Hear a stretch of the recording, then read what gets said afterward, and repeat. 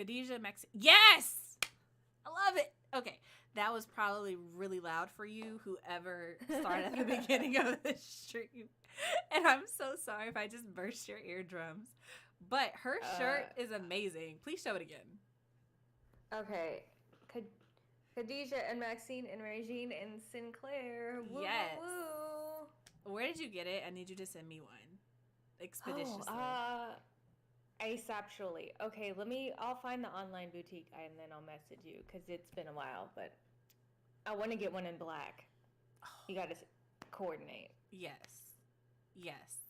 Because I love living single. That was my jam. Like, I know some people are like, oh, Friends. I'm like, no, living single. That was it. That was the show.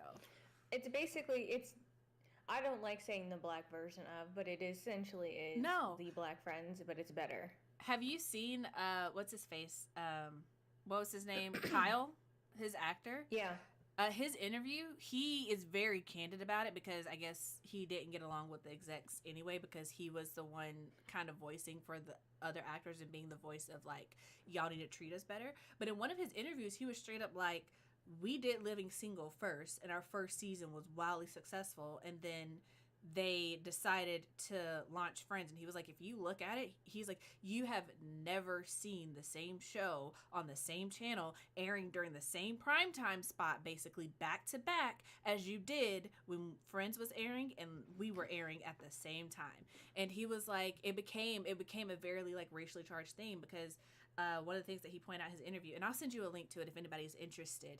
He was like, and a lot of people have pointed this out, there are no black people in Friends. Like, they're in New York, and, like, no black people exist. Except for the later seasons, when Aisha Tyler guest starred as a love interest, but there's no, like, black friend or black boss or... anything. But yeah. Also, Barrett is here. Hey, Barrett, how you doing? Welcome.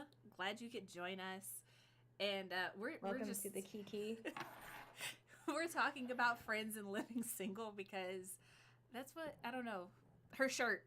That's what started all of this. So, but yeah, living single was my jam. I still walk around the house singing the theme song, honestly. In the 90s kind of world, I'm glad I got my girls. Yep. Keep your head up. What? Keep your head up. That's right. So, I think I saw a group of people who did that as their Halloween costume, and I was like, I have no words. This is everything. I need friends that will do that with me. Honestly, that would be love. Like, I always imagine that having friends in real life would be so fun, but then I'm thinking like, oh my God, having friends in real life requires so much effort and time. So that's me. That's the two sides of the coin that I live on. Also, African Violet is here, and it's their birthday. Happy birthday! Happy birthday! So, should we do a little like Stevie Wonder happy birthday? I can try, but it's gonna be mad off key. But ready? 1, 2, 3. Happy birthday to ya. Happy birthday to ya. Happy birthday. Happy birthday. Happy birthday to ya. Yep. Happy birthday. I like how we both heard her say I don't know what to do. Real talk, I did not know that was a Stevie Wonder song until like very recently. In my head, it was just always the black church version. Like, you have the version that you sing at birthday parties, and then you have the version they sing to you at church with the tambourine. So, yeah. Anyway, also, Benjamin is here. Hi, Ben. I just saw you across the hall. Hope you're having a good day, babe. And Deja is also here. Living Single was a favorite of mine, but my all-time favorite is A Different World. I love A Different World. A Different World was everything to me. And I don't care what anybody says, that first, I know it's a spinoff of The Cosby Show, and I know it's supposed to be about Denise and her whole college experience, but let me tell you, A Different World kicked off when she was gone. Like, I do not like the first season of A Different World. When I rewatch it, I always start with the second season. Jasmine Guy's character is my favorite. Yes. She killed it. Did y'all know she doesn't sound like that? Like, that's not her natural voice. Like, she was just like, people are always surprised. She's like, that's called acting. And some people don't realize that's what I was doing. Like, I am not Whitley Gilbert. And I was just like, that makes so much sense. But, you know, childhood Chelsea, who was watching this, did not understand that she was not Whitley in real life.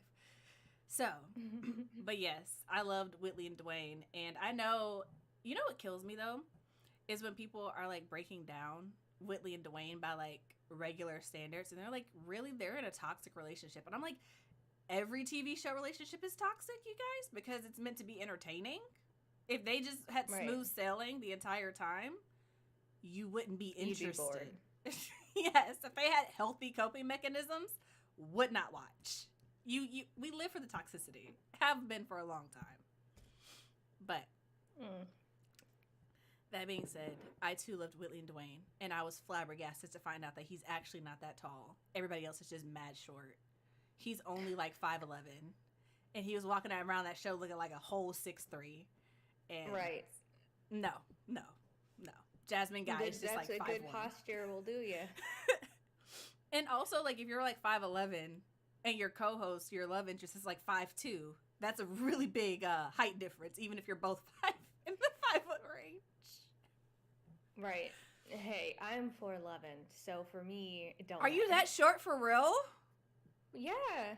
I did not know that. 4'11". You're tiny. Do people try to pick you up? I hear that's a real thing. Mm-hmm. They do? Yeah. That's wild. I've had it. My brother will do, okay, so here's the gag. So I'm 4'11". My brother is 6'4". We have the same mom. Different dads. But the same mom. I'm the shortest in my family, aside from my 2 niece and nephew, who are children. Everybody else is taller than me. Even the teenagers are taller. My 27-year-old niece calls me her short auntie. She'll like put a Snapchat, be like, "This is my short auntie. I love her," and I'm like, I mean, that's not so bad. I guess. It's better than being like another ugly auntie or. Yeah, I mean, there's so many other adjectives she could have gone with. So being short isn't the worst one. Right, but yeah, no. When people say shorty in my family, it's not like a, "Hey, what's up, shorty?" It's literally because I am short. Oh, wow. I never, because, you know, when you're on stream with people, you just automatically assume that they're at eye level with you because you're looking at them at eye level. And I'm 5'8", 5'9" on a good day. So I've always been tall, and I come from a very tall family. Like, my brother is 6'1", my dad is 6 foot, my uncle is like 6'8", 6'9". So, and my cousin, how old was he, Ben? I know you're listening to this. Well, last time I saw him, he was like, "Oh yeah, I'm like 100 and some odd feet now," and it's just like, dear God, like truly, he's a giant. He's a giant. He's like easily about 6'8", 6'9", easily. Oh, I can't. Yeah, it's my brother's side of the family, because we have different dads. His side of the family they're all really tall. He has a cousin who's taller than him, my brother, and it's. So anyway, yeah. Short life over here. Here's a funny story. I went to the doctor recently, primary care, and they do the height and the weight and all that shenanigans. The nurse measured me at 4'8", and I was like, "How'd that work?" Did you shrink? I'm fully 4'11". No, I wasn't hunching. I wasn't, doing this. And this is even on a day where I had longer hair, and so I had done like a faux hawk, like a curly faux hawk. So my hair also gave me some height. But she was like, "Oh, you're 4'8". No, what I think happened is she measured me at like, because I think 4'11" is like 59 inches. So I think she kind of looked at it that, I don't know. I don't know how she got 4'8". I don't know. But that technically makes you a midget, doesn't it? If you're not over 5 feet? I think it makes me, it would make me a little person. I think if I don't know if that's the correct terminology. Let me not. I don't want to be offensive. Not trying to be offensive. I just don't know the correct term. Please don't hate me. I think it might, but then I spent the rest of the day asking people to measure me. It's like, I was secure in being almost 5 feet, and now I feel some type of way. Help. She took away 3 of your inches. I'm so sorry.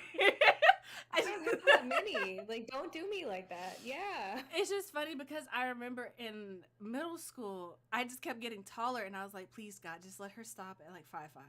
Oh, God, she's still going. 5'7". Okay. And then I got to 5'6", 5'7". I was like, please stop. I don't want to get any taller. Like, all the boys around me are short. I don't. No, stop. Just kept going. So I got to like 5'9", and I was like, you know what? This is unfair. This is unfair. And then I don't know what it is about coveting what other people have, but it's just like I've always wanted to be short, like a little short and dainty, because my best friend in high school, she is tiny. She's like 5 feet on a good day. She's like your height. And she wears like kids' shoes. And she would get like the cutest shoes for like $20, $30, because they're from the freaking kids section. And I'm like, you know what? I hate you and your tiny body and your tiny feet. You know what? Forget it. We're not friends anymore. Me over here with my boat feet, got size 10 in men's. Like, I'm done. I'm done with this whole schematic, it's a whole scam. Life is a scam, and I'm not here for it. Okay? Take it back. Take it back. So the lesson here, everybody, is not to compare yourself to others. And the grass isn't always greener on the other side. Yes. Also, Luthaza's here. Hello, what up, love? So glad that you could make it and hang out with us. And truly, that's what we're doing, is hanging out, because we finished writing our books. We finished writing our books. So we're just here running our mouth, you guys. Please don't not expect the right today. Yeah. Just here to hang. Yeah. Also, I'm gonna mention this because this is something else that used to really, really irritate me, especially in, I don't even remember what books. You know, like how you collectively remember things that you experienced in books, but not the actual book itself. I remember being in maybe late middle school, early high school. It had to be late middle school because that's when I still read a whole lot. And I would see like these descriptions of these really tall girls who play basketball, and bitch got a size 5 shoe. No, she don't. I done seen basketball players, okay? Like, I know y'all little men like little feetsies. That's not how that works. That's not proportionally correct, okay? And if she's standing at like 5'11", baby doll, she is not $150. That is not how muscle works. That's not how skeletal tissue works, okay? Well, yeah. Well, let's also talk about when people say they want little feet, they're talking about like narrow feet. Because I got wide feet too, so I always have to size up my stuff because my feet are, I don't know, they're wide, you know, small toes, wide foot, and so I can't wear the cute little dainty shit that other people can wear because I have to do. I remember Payless, when Payless was a thing. Is it not a thing? Did it go out of business? Did I miss something? Yeah. It went out of business like a couple years ago. Girl, I ain't left my house in like 2 years. So, I didn't know. She said, I still thought Radio Shack was a thing. I was going to go to Blockbuster later. I was finna go stop by Circuit City to go pick up my VHS from Blockbuster to pick up a VCR. Like, had the whole trip planned. Guess I'm not. Go shop at Sears and JCPenney. Wait, JCPenney is gone too? I don't know. I just know they're not popping in the same way. Well, honestly, as like Zara. Any public place where I have to go touch things is like out of the question for me. So yeah, but no, continue your story. I have one about I would just have to get the wide stuff. Like I would have to go and get 6 wide, 6.5 wide, or I have to go up a size and then it's uncomfortable. And I get it from my mom because my mom is like a 9 wide. So I have my mom's feet. And see, my feet are like, I don't know why we're talking about feet on the stream. This is just who we are. These are what our private conversations sound like, you guys. You're just getting a real inside glance to what we talk about when we're off screen. But my feet are really That's what happens. My feet are really long and narrow because, like, I have like long limbs or whatever. So my toes are long and my foot is really narrow, which was really frustrating because whenever I would try to go buy shoes, specifically like Converses or Nikes or whatever, I would have to go a size up, but I also have tiny ankles. So it was like the shoe would be long enough, but then I'd be flopping all over the place because my ankles are too small for the shoe. So I was the kid, because y'all know, like, back in the early 2000s, you weren't anybody unless you had a pair of Forces, a pair of white Forces. And the proper way to wear Forces is that Velcro. You do not do the Velcro. Okay? Yeah. This bitch did, because she had tiny ankles, and if she didn't want to be flopping around like she wearing a pair of flip-flops through school, I had to strap the Velcro around my ankles so they wouldn't fall off.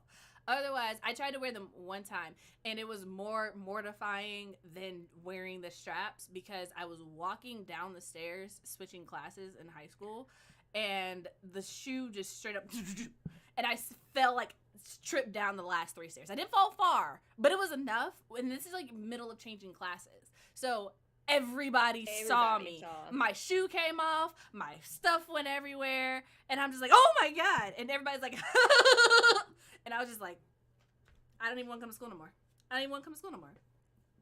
So I wear the Velcro. At least I did. Girl. You know, it's amazing the things that you live through in high school, and you're just like, never again. And then when people are like, I will go back to high school, those are the best days of my life, I'm like, you couldn't pay me. If, like, literally, if my choices were, I'm going to shoot you in the face right now, or you have to go live another 4 years of high school, well, guess I'm meeting God, because it's not happening. Pull the trigger. Do it. Do it now. Guess I gotta update my will. Yeah. Just give me 10 minutes to text everybody. Right. Right. Yeah. No, I would not go back to high school either. Would not. I barely made it through the first time. And I say that knowing that I was valedictorian, but social life was not. The social life was not it. It's really, high school is hard for an introvert, especially when you don't know that you're introverted, because you're trying to do extroverted things and you hate it. And then you're trying to hang out with people and you hate them. And then you're trying to be like a good friend, but also you don't want to talk to anybody. But also in high school, it's not cool to be like kind of nerdy, and you just want to be like, I just want to hang out in the library with the librarian and read books. And they're like, oh my God, why are you in the library? Like, oh my God, because I'm intelligent. I like to read. What? Have you ever picked up a book before? So the thing for me was the glasses. I've always had glasses, and glasses were not cool in the early mid-aughts as they are now. Like, people be wearing glasses now just to wear them, just for a look, but not when I was in high school. And obviously the hair, right? I didn't straighten my hair all the time, so I had longer hair, so that was a thing. Oh, see, I had the relaxed hair that was breaking off in the back. That was my style in high school. Yeah, and it's just, you know. But, you know, I will say I have one thing over you probably, and that's just, like, my height. And this isn't a joke, but, like, literally anybody who wanted to talk shit to me, I would literally just stand up and be like, say it to my face. And they'd be like, you know what? And I'm a marshmallow, you guys. I am not violent. I mean, I will jump off a desk and drop kick you and get, like, one good kick in. But, like, other than that, I am not a fighter. I'm not a fighter. But my height was enough to be like, oh, you got something to say? Stand on a chair and say it to my face then. Right, yeah. So that height in short girl, glasses, likes to read, more introverted. You know, I'm an extroverted introvert, and the only reason is because I've been doing lives and all that kind of stuff. The me that you see now is so different than me in high school. I was a lot less confident, a lot of all that. So, needless to say, high school was difficult. I will say this. The Chelsea that y'all see on live is cultivated for y'all to see this version of me on live. It does not exist in real life. Do not see me in real life and think I'm this friendly. I am not. It is a lie. It is a scam. Do not believe it. Return to sender immediately, because I will look at you and be like, oh, hey. Deception. Disgrace. Oh my goodness. Like, yep, high school. If you're still in high school and you're watching this, I'm so sorry for you. I hope you make it through. It gets better. You know, that's college the was great. Here. Just gotta make it to college. Or not. See, we're over here just going, oh, we're just running our mouths, but we are dropping gems. You know, don't compare yourself, and high school sucks. It gets better. See, and also 2 gems already. Trust and believe that those popular kids are 100% peaking right now. They are 100% peaking. Okay? This is the best it's ever going to get from them. Those kids who want to go back to high school, once high school is over, they peaked in high school. Okay? If you're not peaking, guess what? You got the whole rest of your life to be successful. Other people can only be successful right now. So. Yep. Growth. Natasha Ross. Yeah. Growth. Okay, so I had wanted to talk to you about this article. I don't know if you saw it, but it brought me such joy. And by joy, I mean, I read it and dragged it when I did Lit Bitches last weekend. That's the kind of joy I'm talking about. When do y'all do Lit Bitches? Because I keep missing it and I'm unhappy about it. Because I have notifications on for your channel and don't nobody ever tell me nothing, and I'm just like... I'm upset. Okay, so we do it twice a month. We did it last Sunday. I think we're shifting to Sunday mornings, have a little coffee chat, because we figured Saturday night people are doing Saturday night stuff. So yeah, we switched it to Sunday mornings. I will personally send you a link the next time that we do Lit Bitches. I would appreciate so that you can make sure. Yes, y'all see how much Amanda loves me. Okay. This article. Also, Ash writes lots. How do they do it? In that's how they do it in the Korean, right? In the Korean K-dramas like that. Yeah. I only know that because I've been playing this game called Boyfriend Dungeon, and there's like this Korean K-pop guy that you can date in the game, and he turns into a sword, and you can like run through the dungeon with him. So that's kind of cool. Realize in hindsight that made absolutely no sense, but yes, Ash writes lots is here. So, hello, welcome, and story time by Amanda, the article that we all need to drag. Right. Okay, so I'm not going to read the whole thing because I don't want to give this broad airtime. Ooh, she said broad. But okay. Broad. But okay, so I'm going to read you a couple things. So the title is No, you should not self-publish your book. So we start early with the bullshit. Oh, okay. I'll hydrate for this. Subtitle. There are already enough bad books out there. The audacity! All right, continue. Okay, so the gist of this article is this is a woman who initially wanted to go trad, and then things changed, but she decided to then go indie, and you know, it wasn't a light decision because she perceived indie as lesser, which again, I'm not going to knock, because I think at some point everybody, that was the consensus.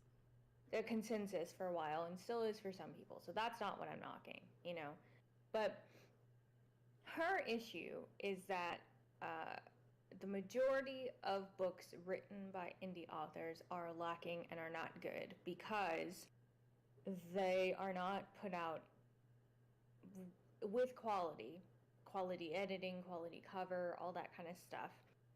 And she says, if you look at the pricing guide Reedsy has, professional editing for indie authors can go up to $5,000 for a book, whatever. Mm-hmm. She said, I've hired 2 editors, one for developmental, which most indie authors skip, broad generalization, but go off, and copy edits, and then another for proofreading. And then she's talking about how she understands why indie authors skip professional editing because it can be costly, which I have found that editing is the most costly part of the process. Yes, but at the same time, that's because you want the meat of what it is that you're putting out to be. And it's also labor intensive. As someone who has edited for other people for money, it is incredibly labor intensive, especially if you've got an editor who is doing any parts of it. Developmental edits means they're literally dissecting every sentence, every line, every paragraph, and they're looking at, does this make sense? Does this character fit? Does this scene fit? Does this flow? But then also if they're doing line edits for you, because most developmental editors will also do line edits because they have to pay that much attention to what you're writing that it's like, I can fix the grammar for you while I'm going through it. That you have no idea the level of focus that takes. Like, you think as an author you read it a lot, as an editor, you can read the same sentence like 10 times because they're expecting you to tell them what's wrong with it, what's better, especially if you have a self-aware author and they're like, oh, I know that the pacing is off, but I'm not sure where. Or, oh, I know this character needs to be stronger, but I'm not sure how to beef them up. Now it's like you're not just saying, okay, this character needs to be beefed up. You have to give them solutions. And if you're a good editor, you're doing that anyway, even if they don't know that's what it is. You can't just provide a problem. You have to provide, this is the problem and this is what I recommend as a solution. And then you have to be prepared for them to hate you for the rest of their life because you're not singing their praises. So it's a lot. Exactly. Yeah, my editor, she'll read through it, and then she's sending me notes with each stage of the process. So when she does developmental, she'll read through it, she'll tell me, and then she'll say, here's what I recommend. You good? Sure. And then, she goes through and tells me, and she keeps me updated, which I appreciate. But I do, obviously I think developmental is important, and if you can do it, you absolutely should do it, but I wouldn't be knocking people if they're just like, I want to get my book out there, and then if I can do a second edition with a developmental, I'm going to do that, This article is very up and down because she's basically saying, you people out there shouldn't self-publish, but I self-published, but my book is going to be good because I went and did developmental and all this stuff because I know that that's what should happen. And it's just like, so basically, she did a whole article to say that I am white and I have access to large amounts of money, and therefore my self-published book is better than yours because I spent more money on it. Right. And she's saying that bad quality books are disrespectful to readers, which I wouldn't necessarily argue, but the root of what she's saying is very much an attack on self-published books, and saying that self-published authors don't take the time to get proper edits, to get a proper cover, and therefore self-published books are, the stereotype of self-published books is correct according to traditional publication, according to the people writ large. But the reality is, while there are bad self-published books, there are bad traditionally published books. And to make a blanket statement while you yourself are engaging in the very activity that you say is not good / is lesser is audacious, hypocritical, and stupid. Yeah, honestly, my thought is just kind of like, do these people taste the shit that's coming out of their mouth while they're spewing it, or do they just are they oblivious to it? Because everything in that is a terrible, terrible take. And first of all, I agree with all the comments. Like, that's her business, but she shouldn't present it as bad things for others. And depending on what you're editing, it's possible to have more edits than the amount of words in the original work. It's not a good take. Who hurt her? Like, truly, because it doesn't. Here's the thing. If you have money, great. But here's the thing that I don't like. It's like, you already said that you went indie because you couldn't make it as a traditionally published author. So first of all, drag yourself, all right? Because you literally said that I couldn't cut it. They did not want me, all right? So I'm sorry, baby doll, but if you got cut from the team in the first round of tryouts, you cannot then drag the team for not being good. Because if they're not good, you didn't even make the team to even play in the game. So who really looks bad here? Who really looks bad? First of all. Right. Second of all, to make a blanket statement just because you as an individual are inadequate does not mean that everybody who's ever written a book falls into that same category. Because the reality of it is there are some trash books out there. That's 100% fact. There are some trash traditionally published books, okay? Been there, done that, read them within the last year. Not going to name any names. Right. But I have read them. They 100% exist. And let's be real here, that the world of traditional publishing is really just some... Y'all excuse my bluntness here, but it's really just some white person signing off on you saying that they can sell your book to other white people. That's what it is. And if you can't make that cut, then you can't make that cut. And there are more people out here who want to create than people out here who are trying to, whatchamacallit, than people out here who are trying to make those books available. Also, Antoine is here. He said, just stopping by to say hello. Have a blessed day. We're beautiful. Thank you. Appreciate it. I hope you have a wonderful day too. But yeah, it's just kind of like you're out here being loud about all the wrong things. In editing, even as someone who edits, I think here's the thing. I think it's important, but I also understand budgets and everybody got to eat, and I'm not going to like be homeless trying to put out a book. That's not going to happen. I'm not going to skip my rent. I'm not going to skip paying for groceries. I'm not going to skip paying my insurance or for my car or any of that to put out a book. Sorry, but my health and my livelihood comes first. And if that means I can't pay $2,000 for somebody to edit my book, that means I ain't got it, homie. But there are other extremely valid ways to get feedback on your book that does not require paying somebody. Exactly. And, and the other thing about it is that she shot herself in the foot in multiple ways. Because first of all, the article is not well written. And people dragged her in the comments for the clickbait title and for the article not being well written. Somebody, like the first comment literally was like, well, this article isn't well written, so I can understand why you're pressed about edits. And I was like... And that part, like, okay, you guys, I'm gonna be real here. And this could just be me being overconfident and filled to the brim of myself. And I accept that, right? But I've also read people's work where their first draft is like, you don't need to pay an editor for as much work as some other people do. I have seen work where it's just like, I don't even know if an editor can save you, but, we're going to do our best.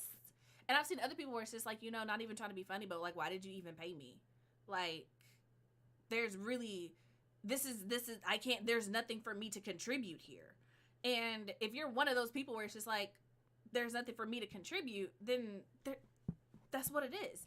And if you're on your like second, third book and you already know from your first experience that it didn't work out the way you thought it was going to work out, don't make sense to keep paying for the same service just to say that you did it. That's just my take. Right. And also, I'm an editor, so I don't pay for an editor. I edit my own stuff. But right, and that's that part. That's another thing too. Is that if there are ways to make sure that your book is ready for the public that don't require a ton of money, beta readers, you should always have them regardless. I personally think, but a good beta reader can tell you and help you identify characterization, pacing, all of that stuff, so that you can fix those issues yourself. So that's number one. Number two, you could take some time and learn about editing, learn about developmental stuff to where you can actually give your book that treatment if you don't have the money. And again, not to say that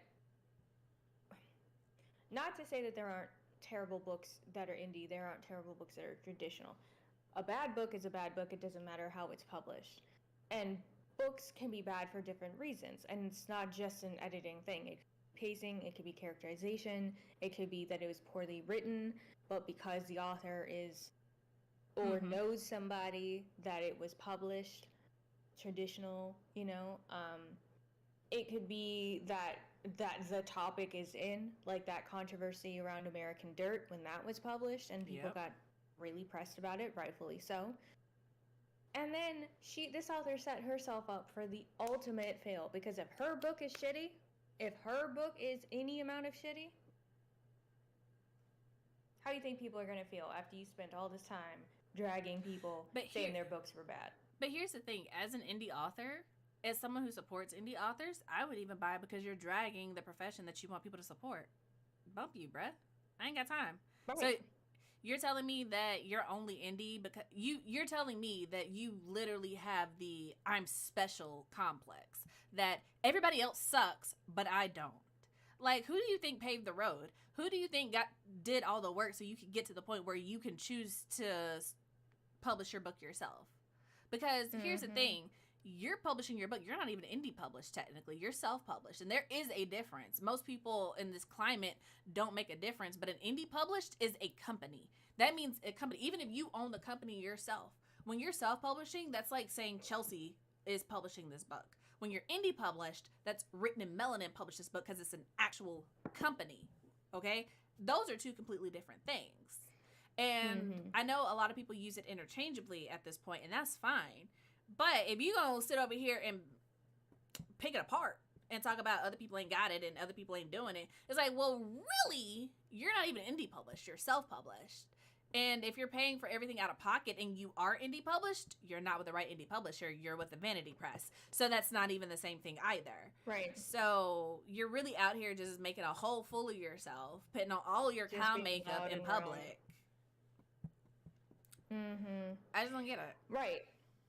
And so, you know, one of these comments said that what you are ignoring are the stats. Less than 2% of query letters elicit the interest of traditional publishers, and the quality of the story is not a given. That means, and agents admit this, the industry simply does not have the money to sponsor all that many authors. Not to mention, most books disappear from publisher and audience attention after 6 months. Trad publishers these days are the big five who are calling the shots and who also admit they rely on their few best-selling authors to pay for all the books they publish and that do not make the grade, that is, do not become bestsellers.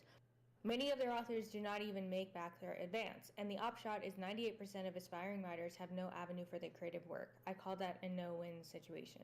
Thanks to self-publishing, good writers can see their books in print and find an audience. As in all vocations, some people opt for quality and some for money, as they do in all media. The responsibility for quality lies with the author, yes. But do not imagine for a moment that traditional publishers have the best writers all the time or even often. There's still prestige in going the trad route, but that exists in the mind of the beholder and is ego-driven, a matter of traditional pride. It is not a measure of art. Thank you. That is so very... That was a comment? That was a comment. That I would have followed that person because that nailed everything. Also, Tedra is here. Hey, how you doing? Welcome to the chat. Girl. And I 100% agree because it's just like people hold in esteem like, oh, if you go traditional publishing, I feel like it's the same prestige that people hold with like an Ivy League school over like a community college or something. It is just this idea that you have built up in your head that one is better than the other, even though there are so many horror stories with both Ivy Leagues and traditional publishing where it's like it was not what I thought it was. Everything kind of just fell apart. I did not have the support that I thought I was because let's be real here. Like she said in the comment, everybody's not going to be Angie Thomas. Everybody's not going to be Tiffany D. Jackson. Everybody's not going to have this big budget. Everyone's not going to have the support. In a way that I can tell you this definitively, like I haven't talked to her, but if you guys watched the Melanin chat yesterday, one of the books, or if you follow me on TikTok, the Melanin Library TikTok, not my personal, but the Melanin Library TikTok, then I introduced a book to you yesterday called The Disenfranchised Required Reading for the Disenfranchised Freshman by Kristen R. Lee. Okay, that book came out yesterday, and it is talking about racism and prejudice on an Ivy League campus. Fiction written by a Black woman, came out on the first day of Black History Month. I saw it nowhere on social media. No, it was nowhere on my Twitter feed. It was nowhere on Instagram. Nowhere, anywhere. I went to her Instagram page once I found out about it. She has 2 promotional posts, and only one of them was with JL, and that was 2 months before her book released. And that was mostly to promote Ashes of Gold, JL's second book. That had a lot of hype. That had a lot of promotion. Yeah, everybody was talking about that. There was no promo for her book. There was no pre-order campaign. None of it. It was just silently released into the world. And nobody knew about it. And I was just kind of like, why not? Now, I don't know. This is her debut novel. So with no support, on your debut novel, and if people aren't flocking to it, then they're going to say, well, your book isn't selling because people don't want it. And it's just like, if they don't support it, the only reason I know about it is because I happened to come across it in the Melanin library when I was updating it, and I was just like, this sounds dope. Why are we not talking about this? And so that's the thing. It's like, nobody knows about it. Like, the traditional publishing, they push their big authors, their money makers, and then all the other authors just kind of fall to the wayside. And if you guys don't believe me, you can go watch some of the interviews that I had. Both Shauna Miles and Christina Forrest talked about how even if you are traditionally published, that does not mean you get access to all the money that they have, or that your advance is going to be what it is. And Shauna Miles talked specifically about how she had to give up a lot of creative freedom with her book that she didn't necessarily agree with, that went into the final version that readers did not care for. And then Christina Forrest talked about how for her second book, Now That I Found You, which was her biggest book to date, she has another one coming out this year, but they did not give her a pre-order budget. Her entire pre-order campaign was funded by herself. She had to call the bookstores to get them to arrange that, hey, if people pre-order from you, then I can sign them and send them out, and that's going to be part of the pre-order campaign or whatever. Mm-hmm. Nobody did that for her, and several authors were like, the marketing team that they thought they were going to have, they were their whole marketing team. Right. Yeah, I think that's one of the one of the ideas with traditional published books is that you'll have a huge marketing team. And I'll be honest, you know, with every single book I've released, I have released 2 of my own personal books so far. I've released co-published an anthology, and I just finished this book. And with every single book, I have had a moment of, oh, should I go trad? And that, you know, I can't say every self-published or indie author has that idea, but I have, you know, should I go trad?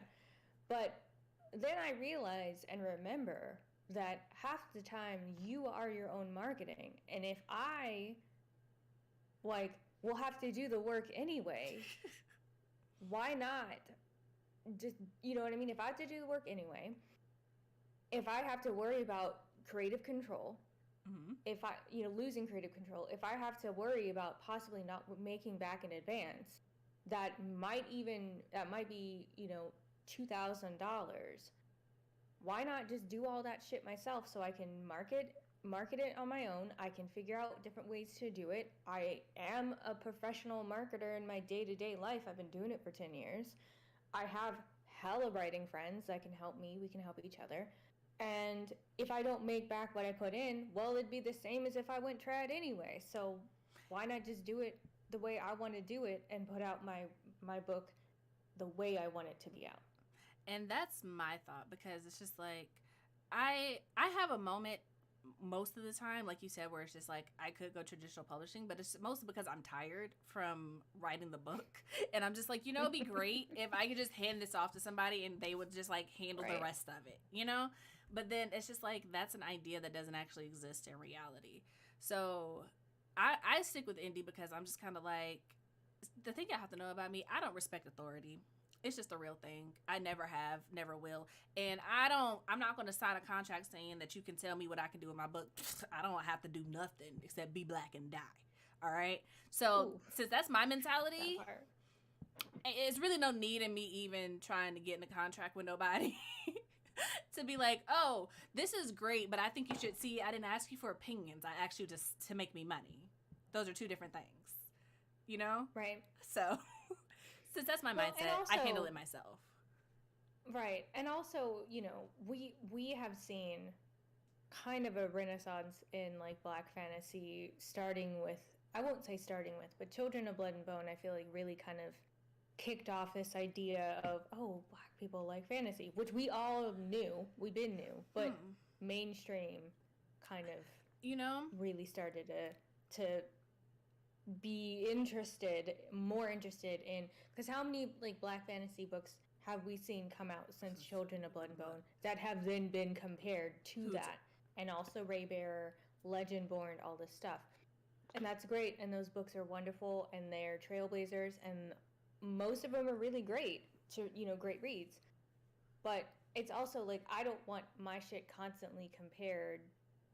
I don't believe in comp titles, personally. I don't believe in saying, oh, if you like this book, then you're going to like my book. How do you know? Like, are you copying this person's style? Are you copying this person's story? Are you copying this person's plot, character? What is it that is so uniquely uninspiring about your book that it can just be these two books mashed together?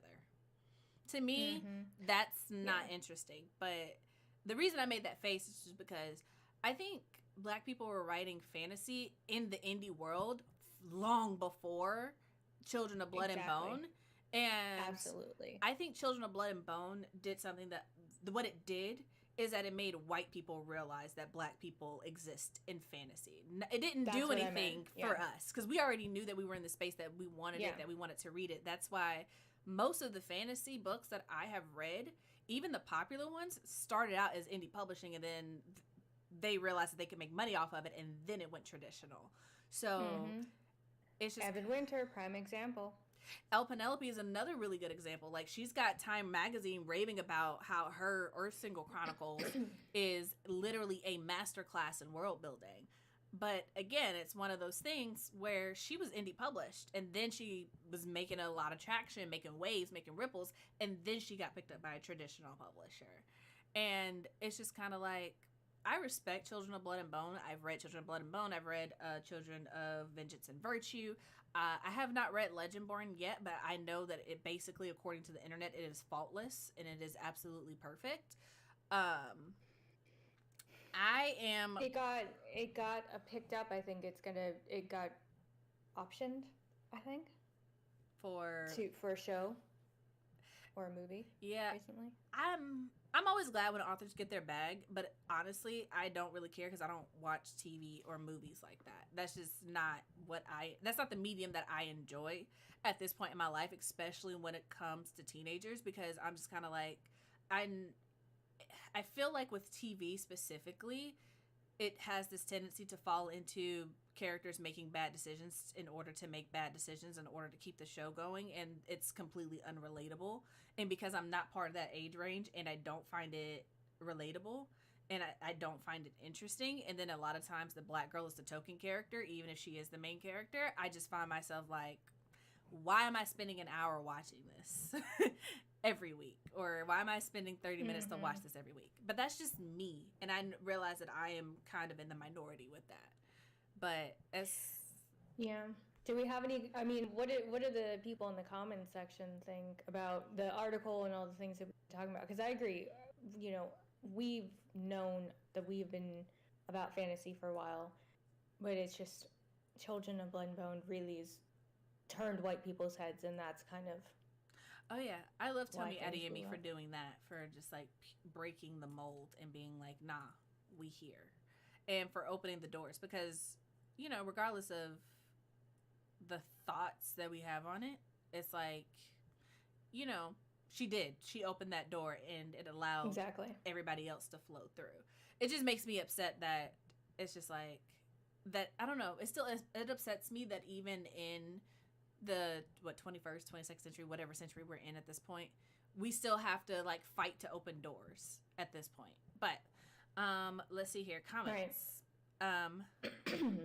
I hate that they keep comparing it when they really aren't similar. I feel like that happens a lot. I feel like every Black fantasy was just like Children of Blood and Bone meets. It is nothing like Children of Blood and Bone. Nothing. Kay Gentle writes, the minute one Black person does something good, they start putting us all in the same box and comparing. And by good, I just mean go mainstream. And Luthaza said Children of Blood and Bone is getting the HBO treatment soon. So yeah, I heard that she was she was with Disney. Disney picked it up, but they had some clashing or whatever. And so she switched platforms, and she's actually writing the script for it for HBO. And I think producing it too, which is having that producer credit is great as well. Which I won't say that that's every author's dream, because I don't know. I don't know if every author dreams of seeing their work on screen. I think it'd be pretty cool for my series.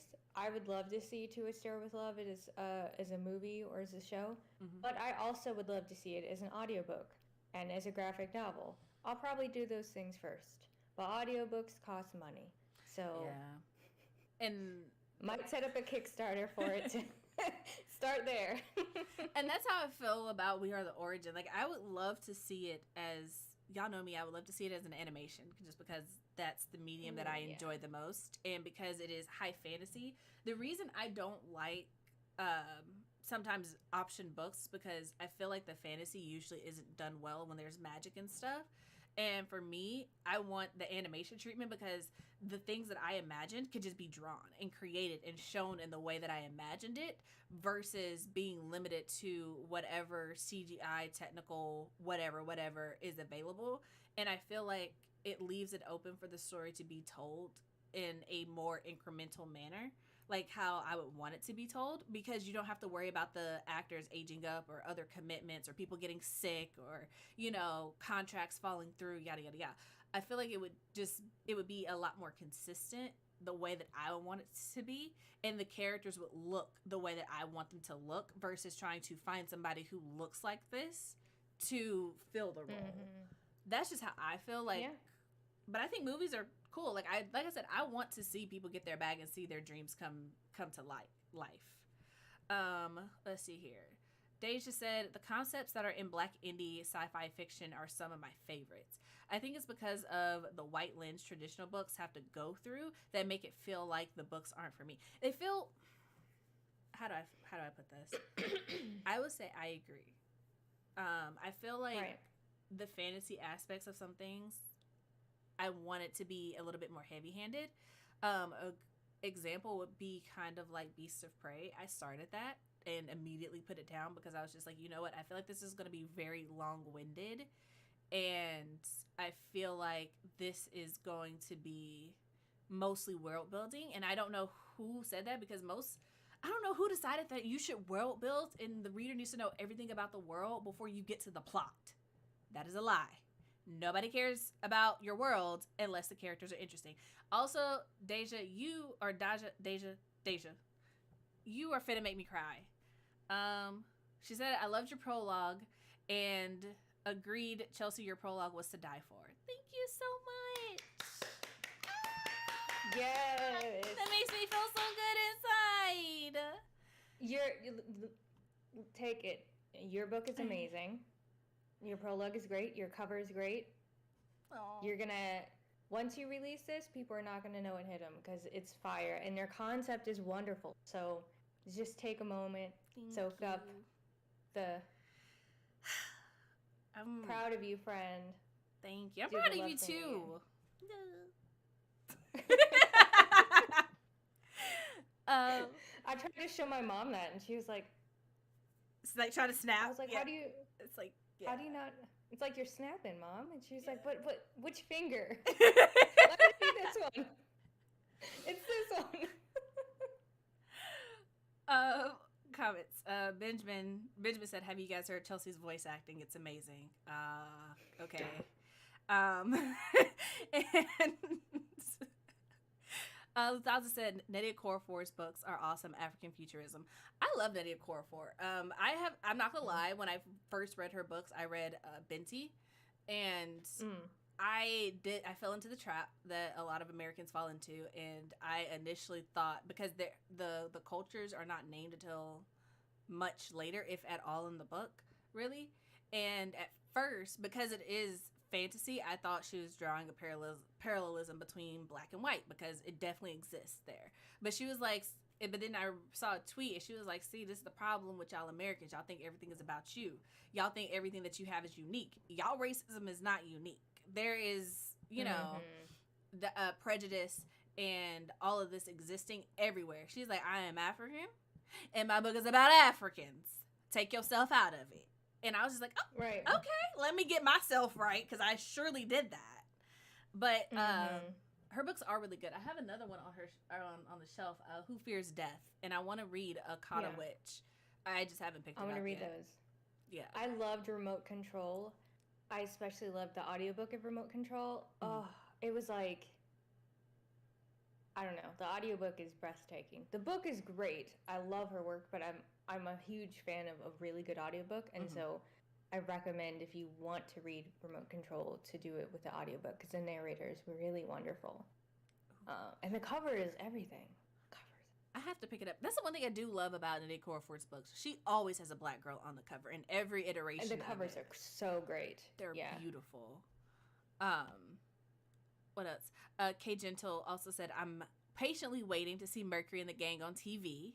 Me too. If Amanda got a TV show or a movie, I would watch it. And I don't even watch TV with real people, but I will watch it for Amanda.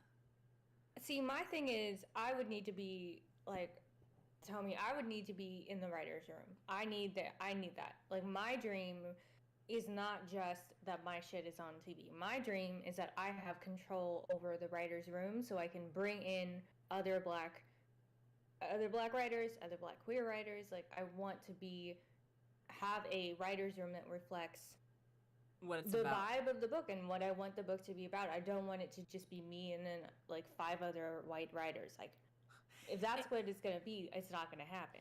And that's the thing, because I know with animation's a lot more diverse. And I'm like, I want people who are going to understand the assignment. I don't want people who are going to... how do I put this? Y'all, I don't want to tell you guys because it's not in the prologue, but it is in the summary. There is a princess involved. And the way that the lore in the world works is she's very pale, right? She's white-skinned, okay? And in the book, it's just kind of like she's one of the main characters.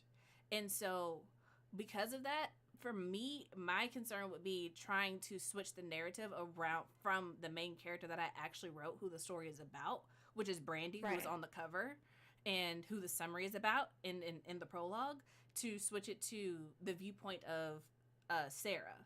And it's just like, Sarah is there and she is important and integral to the story. But at the same time, it is not her story. And I would not want to switch it to her perspective because I'm surrounded by people who don't understand the assignment. You see what I'm saying? But yeah. The hard part about doing, if we were to make my series into a show, I think it would probably do better as a show, but whatever. Is that, there are all those little articles, and I'd have to figure out how to get that information across. I would probably have to turn it into a podcast and have that scene where they're sitting in front of the mic, podcasting. You know what I thought about? And it's an animation, so my brain thinks of animation. But you know that we had Looney Tunes, and they would have the newspaper, and they would spin to the front, and then they would have, like, the headline. That's immediately what I thought, and then like a voiceover as like Mercury's going about his day, and like the headline is just running in the background or whatever. That's what I thought. Have like a narrator voiceover. Yeah, I love that. But yeah, I mean, it's all about like if I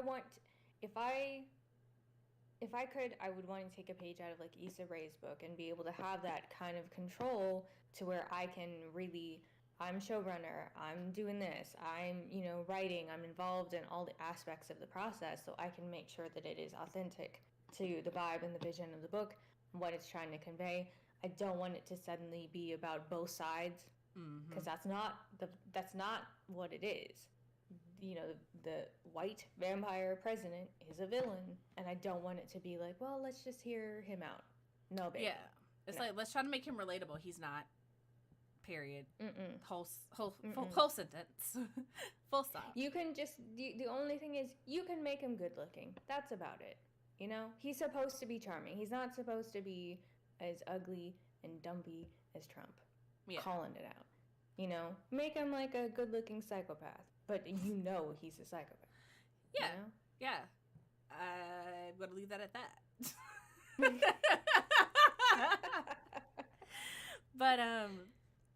But that being said, I realized that we didn't actually talk about our books a whole lot or the indie process. What is your time like, Amanda? I'm not in a rush. I'm literally just chilling today. I have no responsibilities. Chilling. Oh, also, I need to edit my newest YouTube video, but I'm chilling. It's gonna get out when it gets out. That's my vibe right now. I want to show you guys this. This is my reward for finishing the book. So last night all the pieces came. So Ben and I have a custom keyboard now. So I absolutely love it. And y'all see these little keys? It's got boba tea and cookies and ice cream and little leaf teas, and the matcha key is the backspace button. And it's got like a little teacup in the corner over here. So yeah, that's what we did. We built a keyboard last night, and that was really, really, really, really, really, really fun. So the next book, which I do have a title for, is going to be written on this book, on this keyboard. And I'm so excited for you guys. Because I have to tell you, Amanda, once we get off stream, but the title changed slightly, but I think it's better. Not super, and it's not a complete change, but it did change a little bit. So I'm excited for it. Yes. I love it. I haven't treated myself for the book, but you should. I will at some point. You definitely should. This weekend. This is a 65% keyboard, Luthaza. And I got linear switches, so it sounds really pretty, but it's not mechanical switches. So I love it. This is a 65%, right, Ben? Are you still listening? I think you are. But this is a Ben question, because I basically just picked out the pretty keycaps and he kind of did the rest of it. But yeah, sorry. Distracted. I'm sorry, Amanda. I interrupted you. You're good. No, you didn't. I did. I just said I hadn't treated myself, but my sister did. My family, I don't know if anybody else has this, where your family's maybe ambivalent about you publishing, whatever, you know. My sister sent me a purse, and it's a beautiful yellow purse. Yellow's my favorite color. But it's like a kind of gold yellow, and she said the color means prosperity. I just wanted to let you know how proud I am of you. So that's kind of like a treat. Yay. And she, was like, not to be creepy, but you got a package. I was like, what? She's like, here's the Amazon photo. You have a package. I sent you something. And I opened it up. It's a beautiful purse. And she said, it means prosperity, and I just want to let you know how proud I am of you. And I was like, I love that for you. And I love how it wasn't creepy until she said not to be creepy. Yeah, I was like, you didn't have to preface it like that. You could have just said, I sent you something. It got delivered today. Go ahead, check your stoop. But you better believe I'm going to be, walking around everywhere just, oh, what's this? This new beautiful yellow purse? I'm so happy for you. That you need to treat yourself. That is something that I have learned that I am going to do in 2022 is I'm going to treat myself. I'm going to reward myself, because I started Written in Melanin in 2019, and that entire time, from the Patreon, from the donations, all of that, I have not paid myself a single dime of any of that. All of it has gone back into creating, into the Melanin library, into creating books, whatever. I am going to start paying myself a little something, because I realize that not being able to do anything when you work hard all day, every day, is very demoralizing. So I'm just kind of like, I don't know if you guys play video games, but I have a Switch, and Switch games are hella cheap. They're like somewhere between $20 at the most expensive, $50 if you want to get Animal Crossing. And just like a lot of games are just like $2 or $3, $5, whatever. And when you're like, you work as hard as I do, and you're like, I ain't got $5 to spend on this, something is wrong, right? So I'm reevaluating that in 2022. So this keyboard was a gift from Benjamin, actually. But I'm just like, I'm going to treat myself. And we worked hard. You and I worked really hard to finish our books. We were over here doing writing sprints. We were over here keeping each other motivated. We moved our deadline back like 3 times, and we got it done. And speaking of which, the pre-order for We Are the Origin is up, you guys. So it's $4.99, $5. You can order it from me, where I get to keep the entire $5, or you can order it from Amazon, where they'll send me a portion of that $5. Whatever makes you happy. The ebook is available. There is a link in the description box below, as well as a link to Amanda's channel in case you're not subscribed to her, because you don't want to miss lit bitches. Telling you.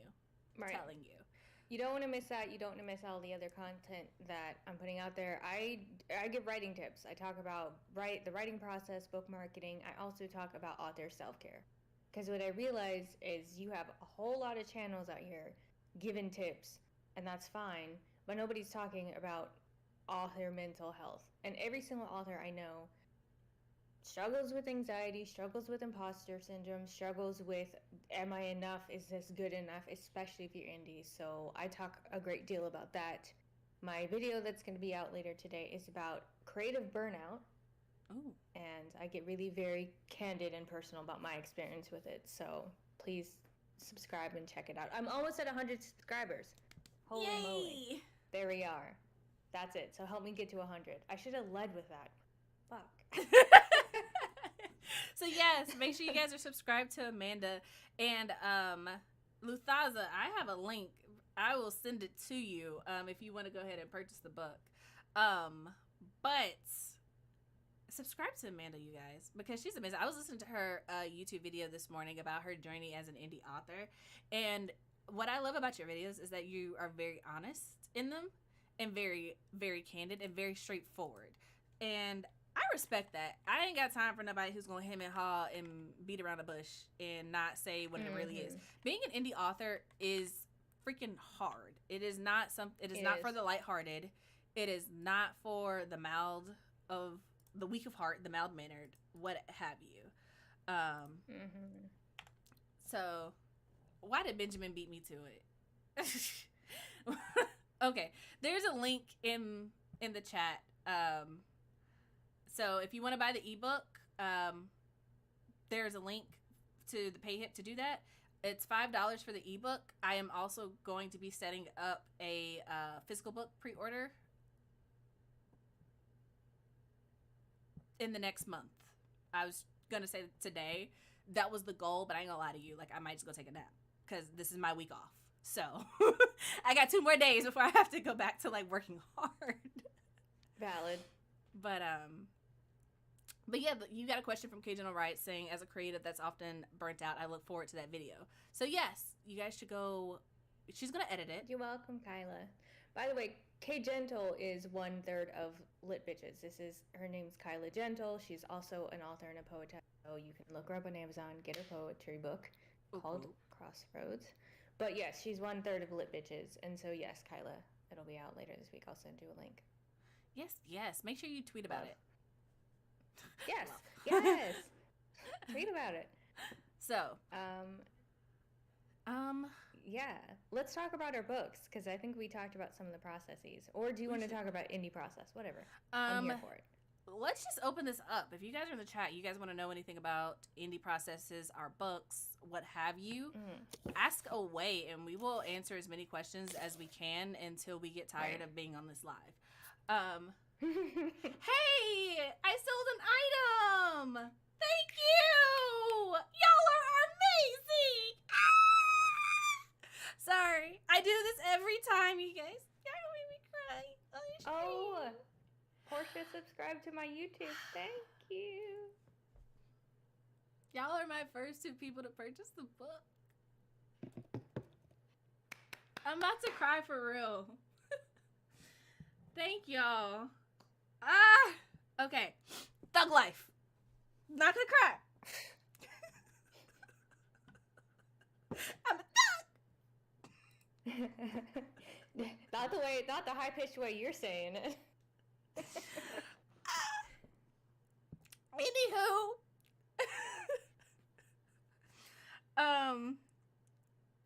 What was I saying? We were gonna talk about our books. Girl, I don't know. Yeah, you were opening up for the chat to see if anybody had said anything. Yes. We don't have any questions yet, but we have some coming through. Do you have a blurb or a summary for your book yet, Amanda? So the way that you are calling me out, that is something I will be working on this week. That's one of my 3 goals this week, which was to get my YouTube video out, write the blurb, and, do social every day. So, Got you. I will have it by Saturday. So if you follow me on all my socials, then I will probably post about it. Got you. I wasn't trying to put you on the spot. I was just saying because I have one, so I was gonna say we could just go ahead and read those. But I'm gonna make Amanda do it. Your blurb is great. Is it? Because I changed it like 10 times. So, but I'm happy with it. Make Chelsea describe her first book. No. Oh, make Chelsea describe her book first. Ooh, I transposed those words and I was just like, oh, no. Okay. So we do have questions. So Thaza asked, how in the world do you keep yourself focused on finishing a book, like sitting down and forcing yourself to write? Tetra said, congratulations. Thank you. And Cajun to Rice said, how much time do you dedicate to world building before you start writing? So if it's okay with you, I'm going to read the blurb for my book in case you guys are interested, have not clicked on the link in the description. And then we'll answer the questions. So keep them coming. Keep them coming. Mm-hmm. Let me try to get my audio narrator voice going.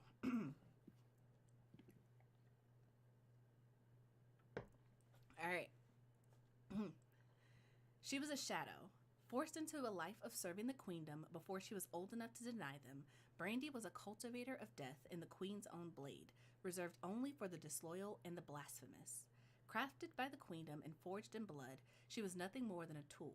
She was never meant to have an opinion on whose blood she shed, never meant to question whose back she was pressed into or whose throat she was slipped across. She was destruction. But when Freya, the goddess of life and judger of souls, demands that she protect rather than destroy, Brandy has no choice but to obey her new orders. And while abandoning the queendom comes with its own set of problems, being hunted by the people she once called family is the least of her worries when the gods reveal to her an enemy who exists beyond the reach of their power. So, with a helpless princess in tow, she begins her search for a way to fight this impossible enemy and save the realm from destruction. Because she is the wrath of the gods, and it was foolish for anyone to forget that. So that is my blurb. That is the summary of my book. I hope you guys like it. It's the last two sentences for me. Like, the whole thing, but the last two sentences are like... Thank you. For me. Thank you. I was happy with those last two sentences. Not gonna lie. Because she is the wrath of the gods is on the cover. Originally that was not gonna be there. And I was just like, this needs some space. So let me add this. And so then I had to work into the summary. So that's how that came about. But yeah, if you guys are into new adult, 21 and up characters, high fantasy, predominantly black cast, assassins being assassins. So yes, there is murder in the book.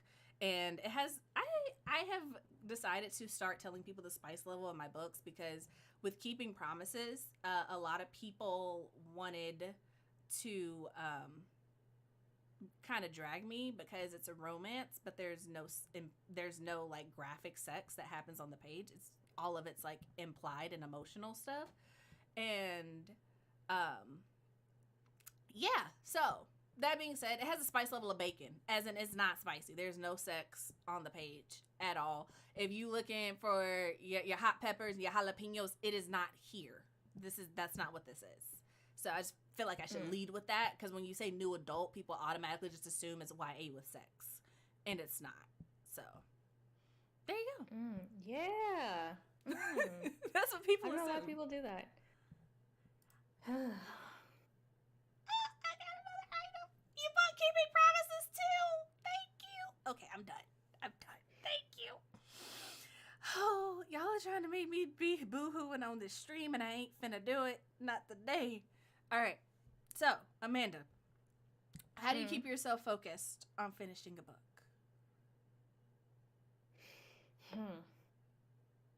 Well, by now I've written 3 of them. So I guess I just remember that I can do it. I've done it before. I can do it again. Also, I actively take breaks. I've said it before, I think on the stream, but I am not one that writes every day unless I'm up against a deadline. So I generally make sure that I take time to take breaks away from the project. I also always have a Pinterest board that helps keep me focused and motivated. I have one for each project. So in my series, each book has its own board. There are crossovers, but it's different themes. I make playlists for each project, and also if I need one for a specific scene, then I'll do that as well.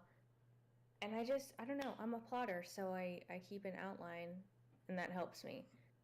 When I deterred from the outline once in this book, I had a plot hole, so I'm never doing that again. Those are some of my ways.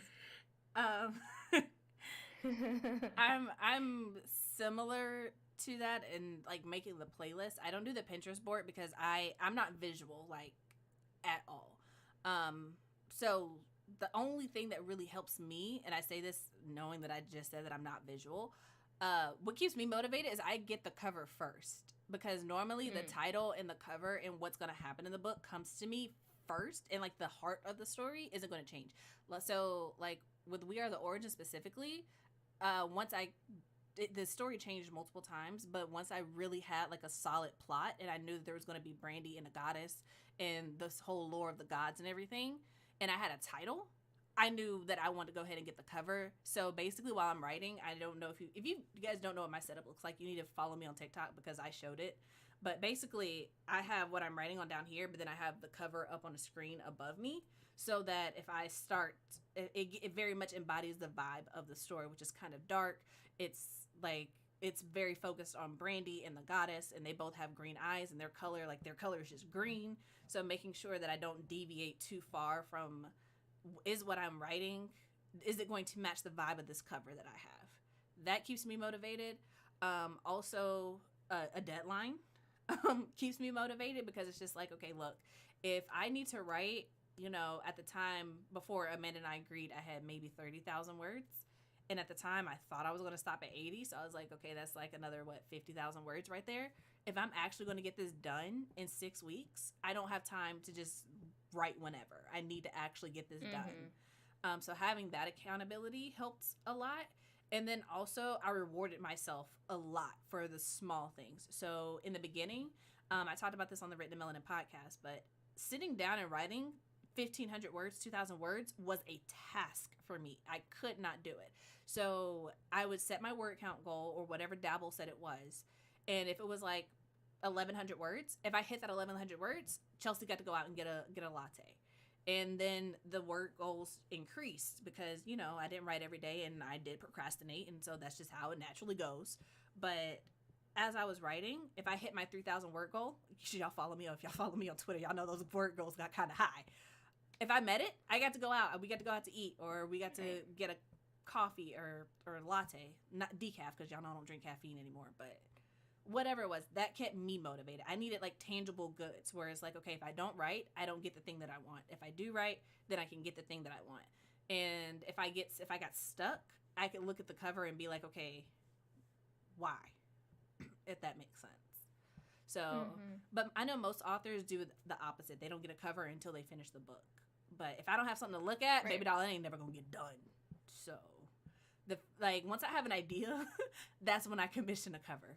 Because I have a cover artist, and she's amazing, and she's very, very reasonable. So even if I end up not using the cover, I don't feel like I wasted my time, if that makes sense. Yeah, she's doing my cover right now.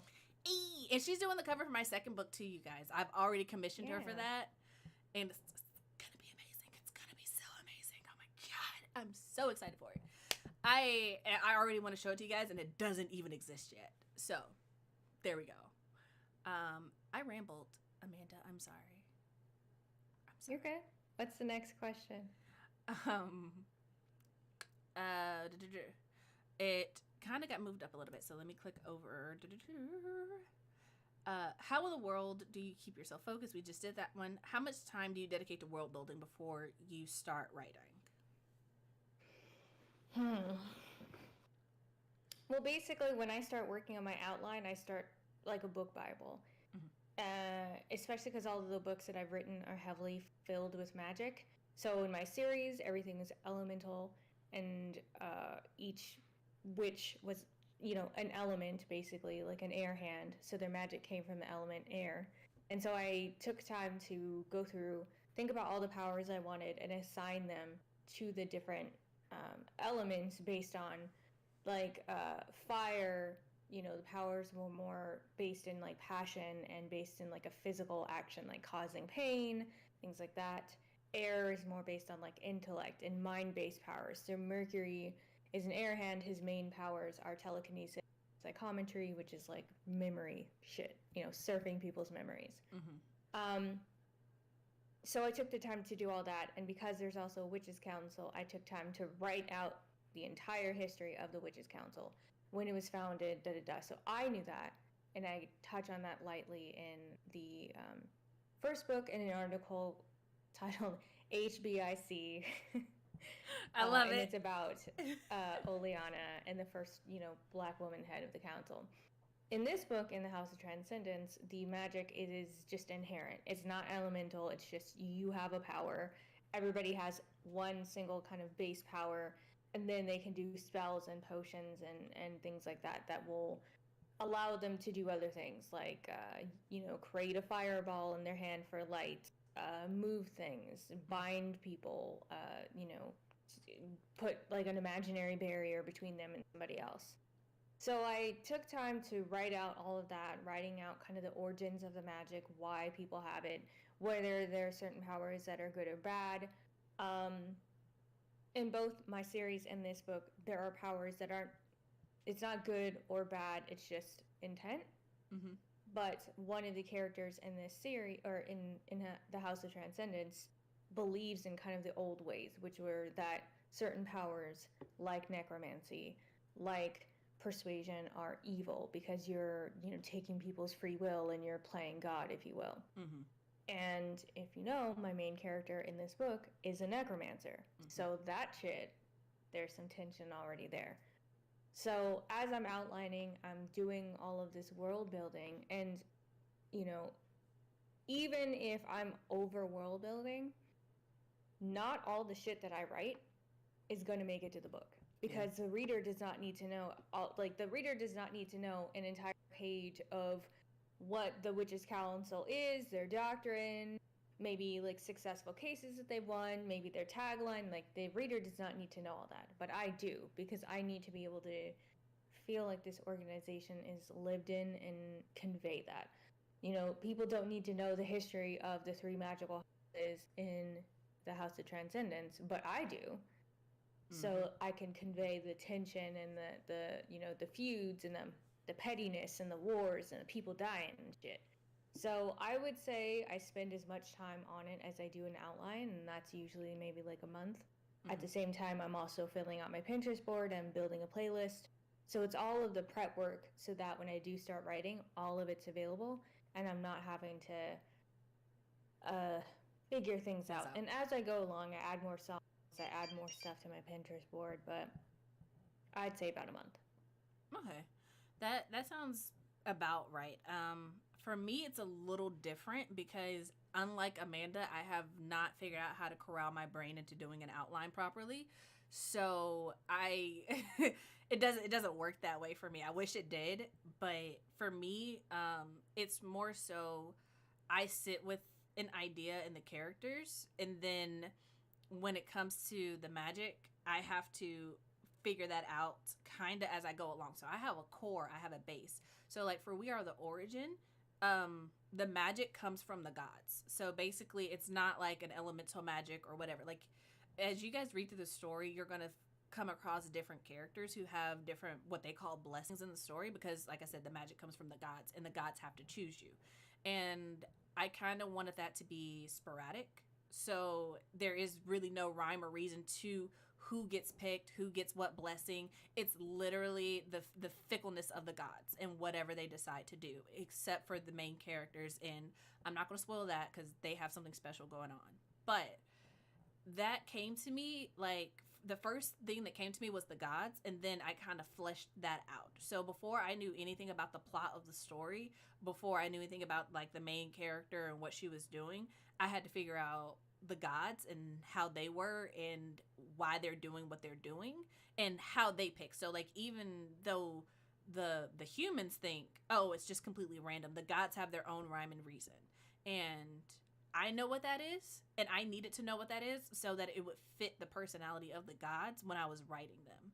Because what I didn't want was for it to be confusing, or to be like, okay, well, why would this god who have spent like the last 100 pages getting to know do something like this that's completely out of character. So that was really important to me, understanding A, the gods, B, what kind of powers they give out, and C, who they give them to and why, and what were the consequences if things did not play out the way that they wanted them to play out. So for me, that took about like a day or two to figure out. But I know for my second series that I'm going to work on after this, which I can tell you guys is called the Soul Conductors, that magic system is completely different, and it's based more like on history and how and more like a creation type thing, and the role of different families in maintaining the balance between life and death. So it's completely different, and that took me like months to figure out, because I was just like, this needs to make sense. And I was like coming up with things, and I was just like, this sounds fun. Now, how does this make sense? Why does this work this way? So that's kind of how my brain works. It's very sporadic. But the lore with the gods, for We Are the Origin, literally took a nap one day on the couch, and I was just like, oh, I have an idea. I had a dream. And then I wrote it down. And that became the lore of the gods. So there we go, taking a nap, answering all the questions of the universe.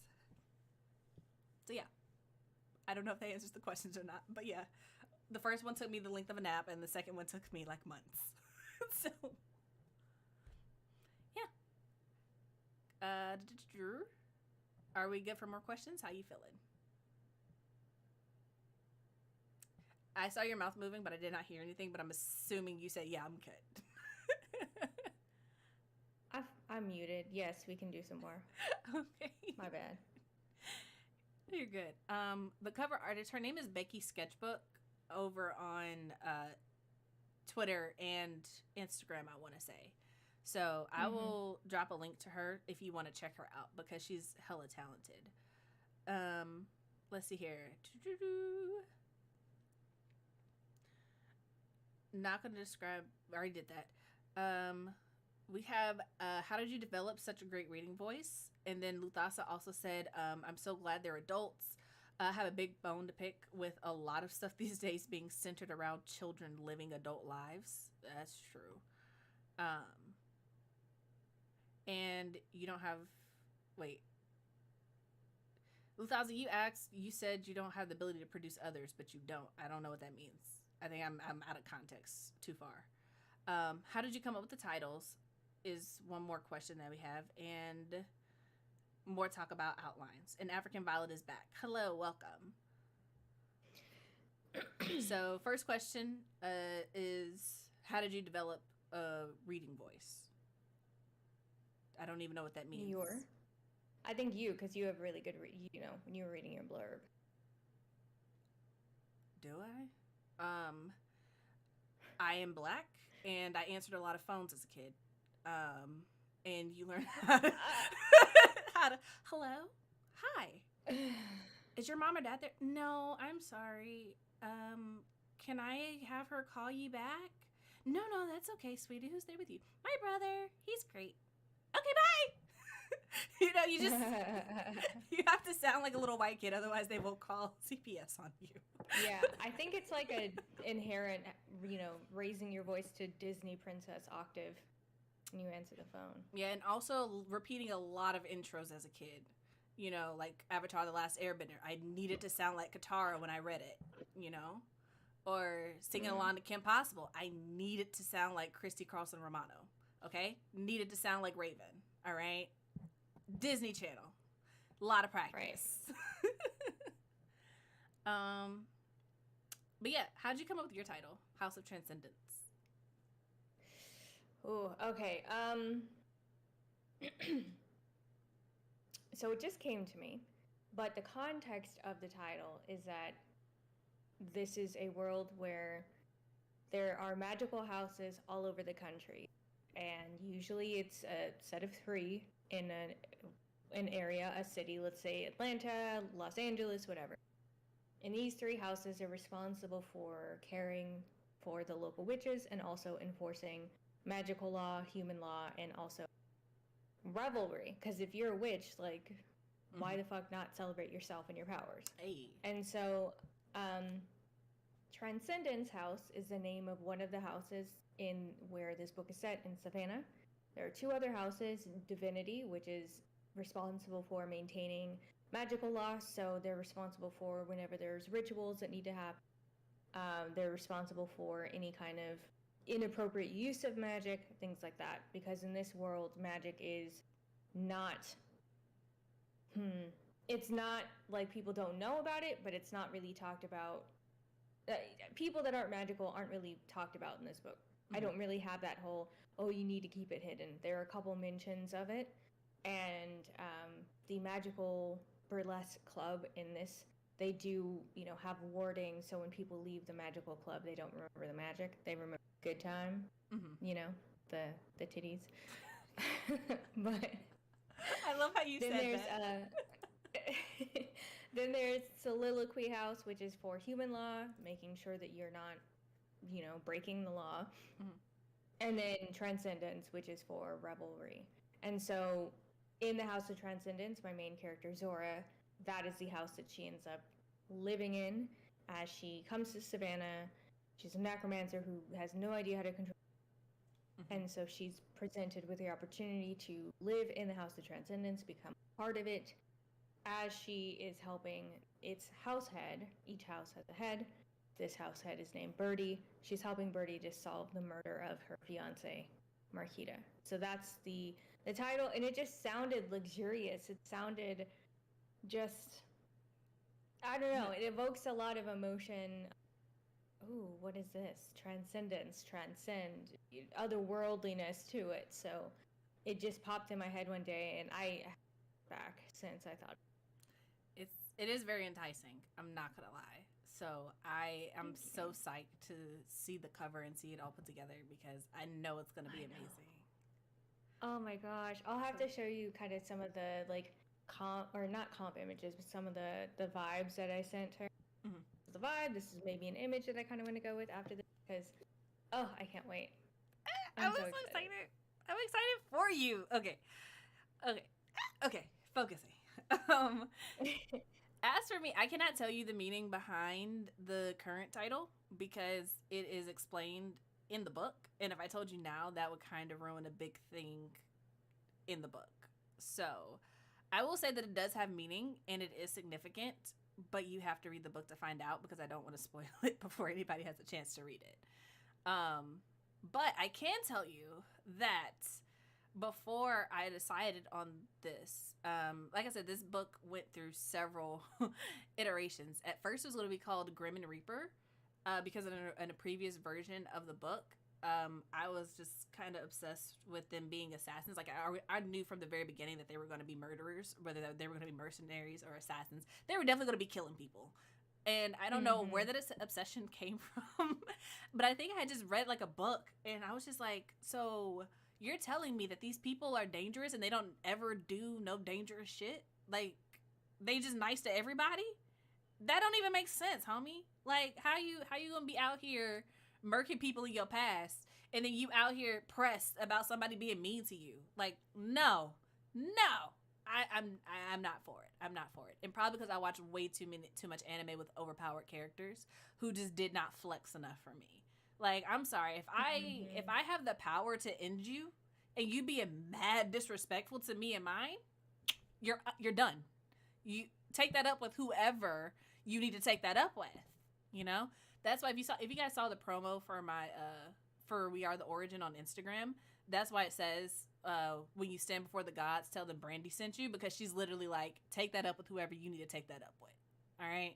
But this is not what it's going to be. Your book has so many iconic lines.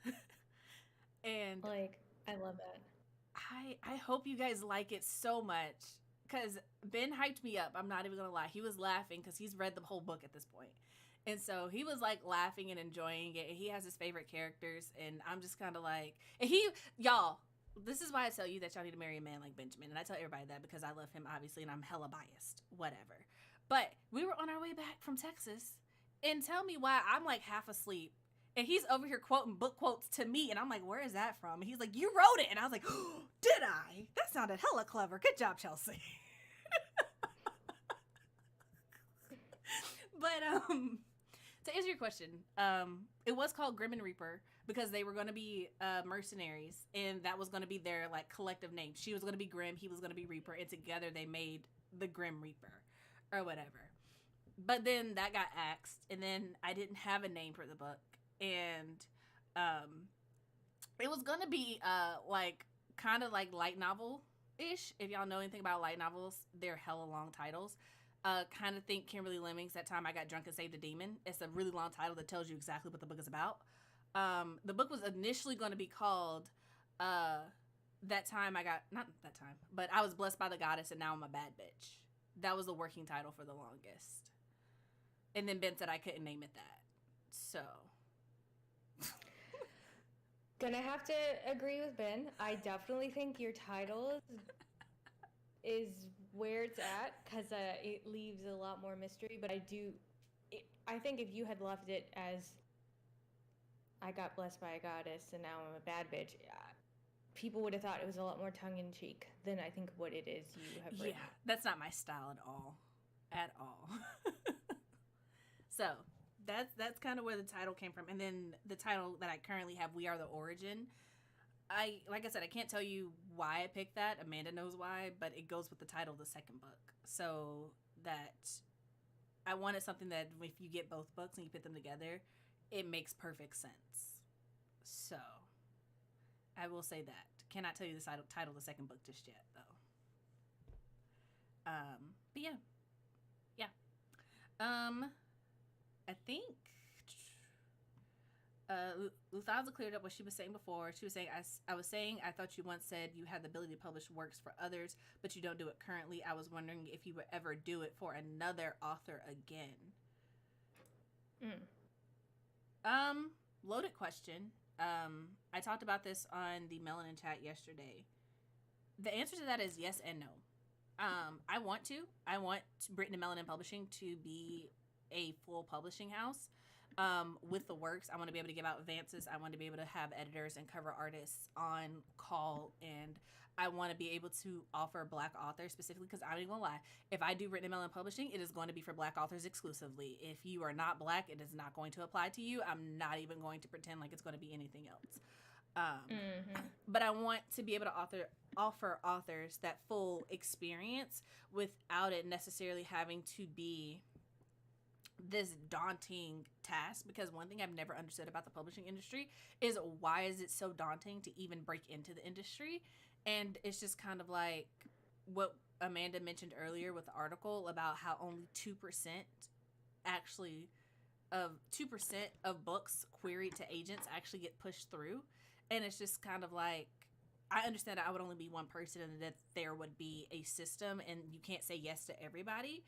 But I also don't, like, 2% is wild.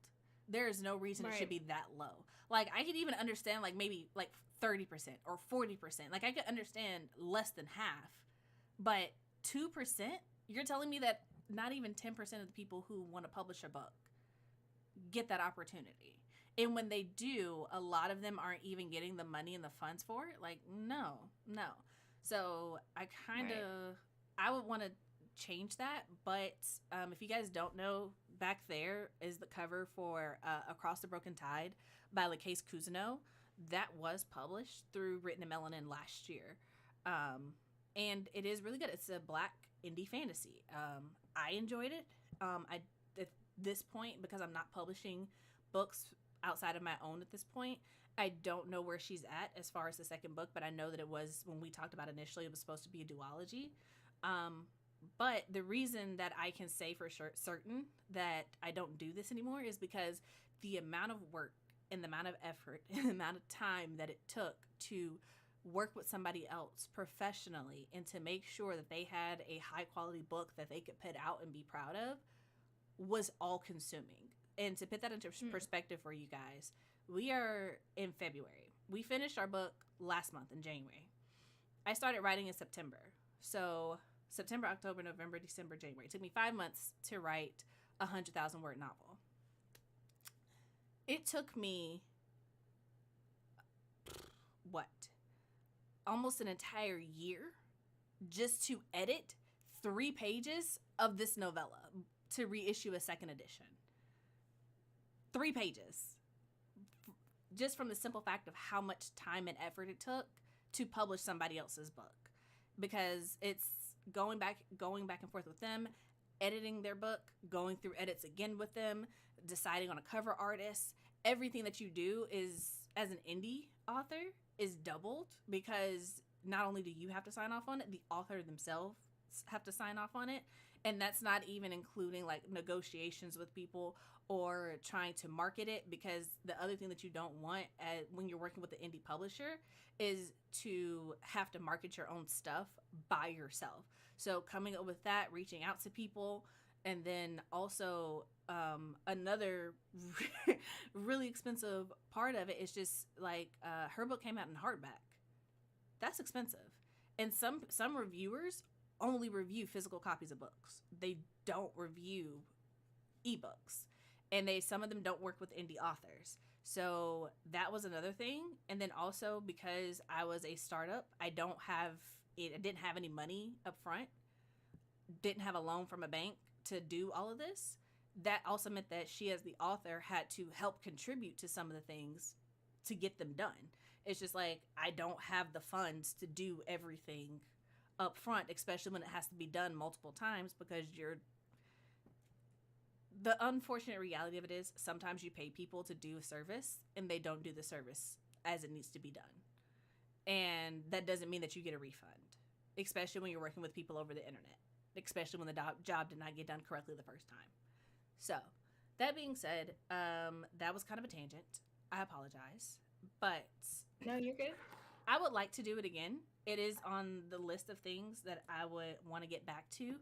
I have big plans for Written in Melanin, and I have really big plans for the Melanin Library. If you guys are not aware, I think I tweeted it. At some point, I do want to turn the Melanin Library into an actual digital bookstore, so that you'll be able to purchase books by Black authors directly from the Melanin Library. But again, that's something that takes money, takes time, takes an attorney to get distribution rights from people, so on and so forth. Right. But yeah, my whole thing is I just want to support Black authors. I want them to have a space on the internet where they feel loved and seen and on display, and not having to justify or fight for that space, if that makes sense. Like, if you want to sell your book through the Melanin Library, I want that to be an option, because as you guys can probably sense as consumers, you don't always want to put your credit card information into somebody's website when you don't know them directly, and if you don't know it's going to be secure. Like, you want to support them, but sometimes you have reservations when people are like, go to my website and purchase from me, and sometimes it's not on Amazon. But that's a whole nother tangent for a whole nother day, so I'm gonna nix that. But yeah, I got plans. But that being said, we've been on the stream for like almost an hour 45 minutes, so we are going to wrap this up, if you guys are cool with that. And this has been fun. I don't know if we're going to be back next week. Do you want to do editing streams, Amanda? Yeah, we can talk about it. Even if we do another sit and talk shit kind of just made that up kind of thing, I'd be down for that as well. I'm trying to force myself to not do stuff, but that's hard because I'm a perfectionist and I always feel like I have to be doing something. Yeah, same here. We'll see. So that being said, I'm not sure what we're going to be doing, but we will be here next week. So Thursdays, 1 p.m. Eastern Standard Time. What is that in Pacific time, Amanda? It's 10 o'clock Pacific Standard Time. We will be here talking, writing, being productive, or some mix of all of that. If you haven't already, check the description box below. Make sure that you first subscribe to Amanda, because she's amazing. She's almost at 100 subscribers, you guys, and we are trying to get her there. Also, pre-order the book. There's a link down there. All the links are down there. When Amanda's book is available, I will add it down there as well, so keep an eye on it. And should also mention, my book is also new adult. totally forgot to mention. My book is also new adult. All my characters are also 21, 22, 25, like college age, you know, early adulthood. So, yeah, it's not, I think it's thoughts. I said young adult people living adult lives. No, these are fully grown adults. Yeah, it's not meant for children. So, but yeah, check the description box below, click all the links, do all the stuff, subscribe to Amanda, tap the like button on this video because it helps the algorithm gods know that you like us, subscribe to the channel, and turn on the notifications so that you don't miss when we do this next week. And that is it, you guys. Thanks for coming and hanging out with us, and until next time, hope your days are lovely and your books are interesting.